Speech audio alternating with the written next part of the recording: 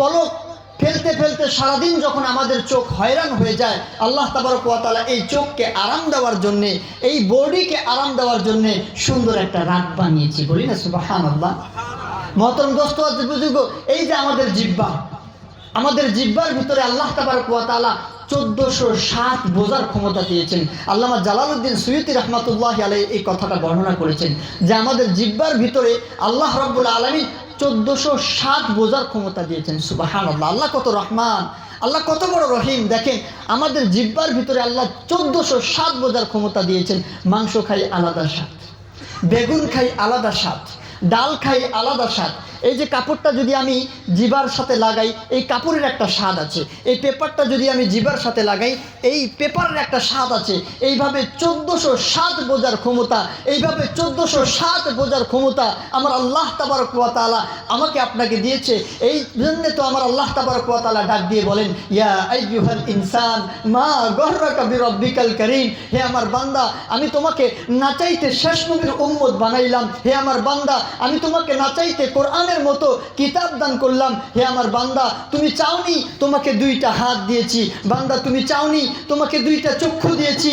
বান্দা তুমি চাওনি তোমাকে 2টা পাও দিয়েছি। বান্দা তুমি চাওনি তোমাকে কথা বলার ক্ষমতা দিয়েছি।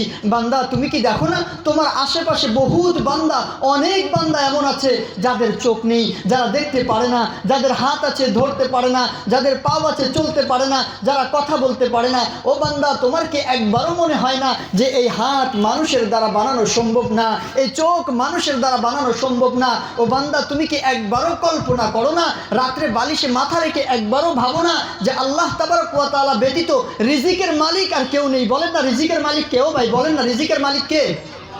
হায়াতের মালিক কে? ভাই দৌলতের মালিক কে? ভাই আমরা যারা সুন্দর আছি আমাদেরকে সুন্দর বানিয়েছে কে? উচ্চ সুরে বলতে হবে। আমরা যারা ধনী আছি ধনী বানিয়েছে কে? ও ভাই আমরা যারা এই মাহফিলে এসেছি আমাদেরকে কে এনেছে?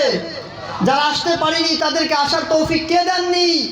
ভাই সবকিছু ইন্নাল্লাহ আলা কুল্লি শাইইন কাদির। আমার আল্লাহ তাবারক ওয়া তাআলার কাছে সকল শক্তি আছেন, আল্লাহ ব্যতীত কেউ কিচ্ছু করতে পারে না। এজন্য আমার আল্লাহ তাবারক ওয়া তাআলা ডাক দিয়ে বলেন, মা গররাকা বিরব্বিকাল কারীম। ও আমার বান্দা, এত নিয়ামত দিলাম, তারপরেও কোন এমন মাবুদ পেলে যেই মাবুদের জন্যে আমার মতো রহিম, আমার মতো রহমান রবকে ভুলে গেলে? কোন এমন মাবুদ পেয়েছো?